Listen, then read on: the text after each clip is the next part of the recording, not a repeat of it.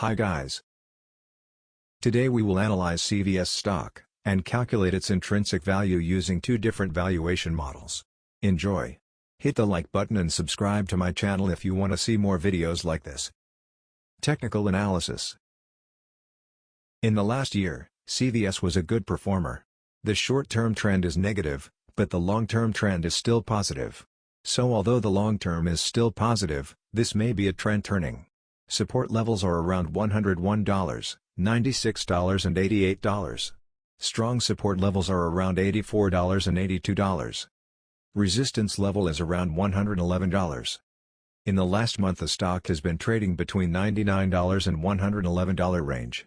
It is currently trading in the middle of this range.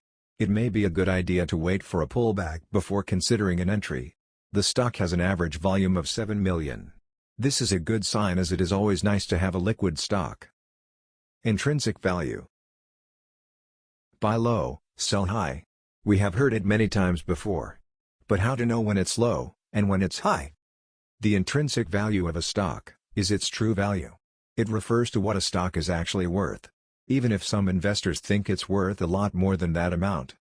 Intrinsic value is important, because it can help investors understand whether the cost of a stock is undervalued, or overvalued compared to the market value of the stock. Let's calculate the stock's intrinsic value.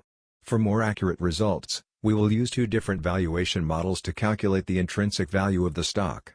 Discounted free cash flow model, using the formula below, then, valuation based on earnings per share, 5-year average P/E ratio and expected growth rate. First model, discounted free cash flow valuation. This spreadsheet contains some financial data that we will use for the stock valuation. We see that the average revenue growth rate of the stock has been around 11% per year, for last 5 years. We see that the average profit margin of the stock has been around 2% per year, for last 5 years. Also we see that the average free cash flow to net income rate of the stock has been around 127% per year, for last 5 years. And we expect 8% per year average stock market return. Now, let's consider 3 different scenarios for CVS Company: bad, average, and good. First scenario. CVS will have bad performance in next 5 years, and we will use the following parameters in our calculation. Future revenue growth rate would be low, 4%. Future profit margin would be low, 2%. Future free cash flow to net income rate would be low, 70%. In this case, the fair value of the stock today would be $103. Second scenario. CVS will have average performance in next 5 years, and we will use the following parameters in our calculation. Future revenue growth rate would be average, 6%. Future profit margin would be average, 2.5%. Future free cash flow to net income rate would be average, 80%. In this case, the fair value of the stock today would be $155.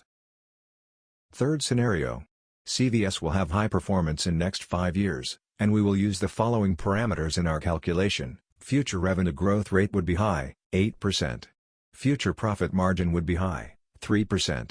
Future free cash flow to net income rate would be high, 90%. In this case, the fair value of the stock today would be $224. Second model. Valuation based on earnings per share. This spreadsheet contains another financial data that we will use for the stock valuation. The current earning per share price for the company is 5.96. Minimum rate of return. I will use 12%. Because when we invest in individual stocks, we are looking for a higher return than the S&P 500. For CVS, analysts forecast growth rate around 6% per year in next 5 years, and future P/E around 12. Again, I will use 3 different scenarios for CVS Company: bad, average, and good. First scenario.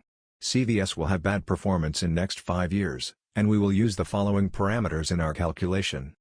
Future growth rate would be low, 4%. Future P/E would be low, 12. In this case, the fair value of the stock today would be $37. Second scenario. CVS will have average performance in next 5 years, and we will use the following parameters in our calculation. Future growth rate would be average, 6%. Future P/E would be average, 14. In this case, the fair value of the stock today would be $51. Third scenario.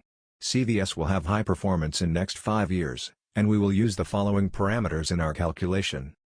Future growth rate would be high, 8%. Future PE would be high, 16.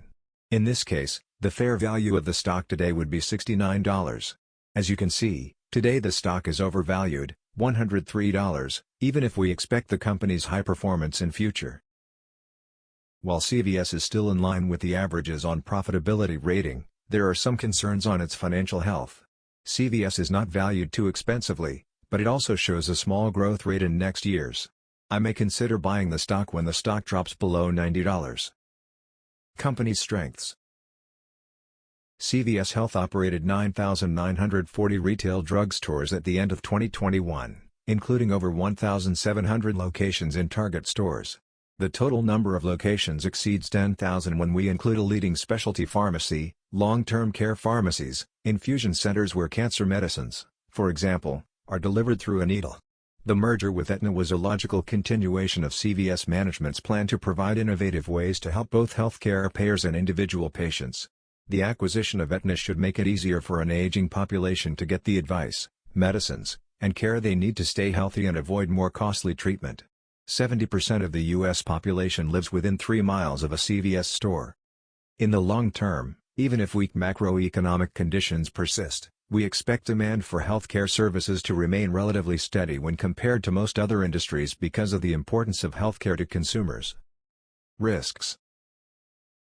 COVID-19 is a major operating and financial risk for the company. The current crisis has made many customers uncomfortable going into stores where there are a lot of sick people.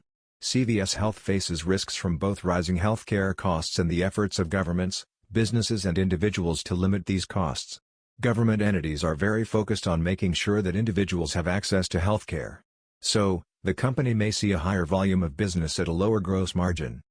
The industry could also come under pressure from an increase in co-payments, a lack of new drugs, concern about the safety of drugs, the removal of existing drugs from the market and/or the switch of major drugs from prescription to over-the-counter sales.